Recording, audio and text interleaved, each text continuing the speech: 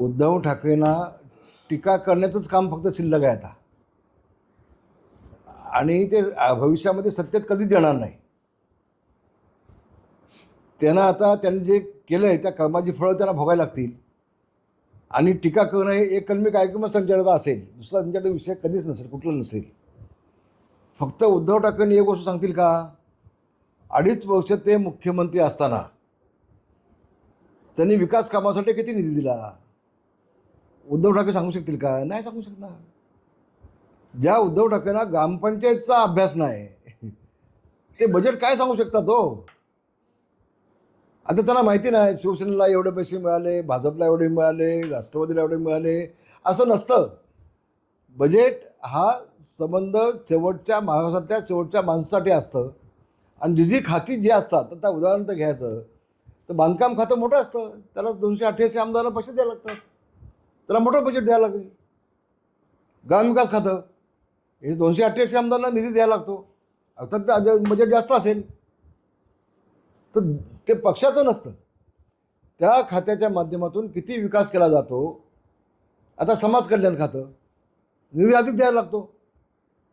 तर उद्धव ठाकरेंना याचा काही अभ्यास नाही, आणि म्हणून फक्त तोंडाची वाफ घालवायची, बडबड करायची, टीका करायची, याच्यापर्यंत सध्या त्यांना धंदा कुठलाच नाही. आणि परमेश्वराला मी प्रार्थना करतो अशाच पद्धतीने त्यांचा धंदा चालू देत. टीका करण्यासाठी कायमचं त्यांना असंच बसू देत. भविष्यामध्ये उद्धव ठाकरे सत्तेमध्ये येण्याचं स्वप्न कधीच बघू शकत नाही, हे वास्तव आहे. नाही, मी आपल्याला सांगितलं मगाशी की आता उभाटाला सगळे कंटाळलेत. उद्धव ठाकरेंची जी पोपटपंची आहे, फक्त टीका करणं, यालाही लोक कंटाळलेत. 2.5 वर्षामध्ये मुख्यमंत्री असताना ते विकास कामासाठी वांजोटे ठरले, वांजोटे, कुठलाही विकास केला नाही.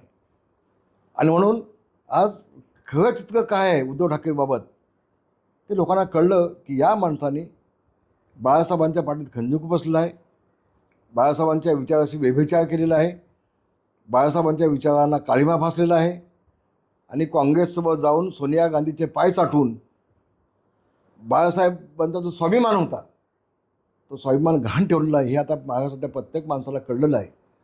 आणि म्हणूनच हा बाळासाहेबांचा विचाराचा वारसदार नाही, ह्याच्यावरती आता शिक्कामोर्तब झालेला आहे. त्यामुळं सगळ्यांनीच त्यांच्या आता पाठ फिरवलेली आहे, आणि एकनाथ शिंदेंचं नेतृत्व मान्य करून सगळेजण आता प्रवेश करत आहेत. तुम्ही जसं ऐकताय तसं मी देखील ऐकतोय. अजून काही निर्णय झालेला नाही, आणि निर्णय झाला तर तुम्हाला आम्ही कळवू. नाही, मी आज कशाला बोलतो त्याच्यावरती, त्यापेक्षा मी आज न बोलणं चांगलं आहे. त्यांची इच्छा असेल तर निश्चितपणे स्वागत करेन मी तर पायखड्या घालीन ना, काय पण अडचण आहे, बिलकुल कसली अडचण नाही मला येणार असेल तर.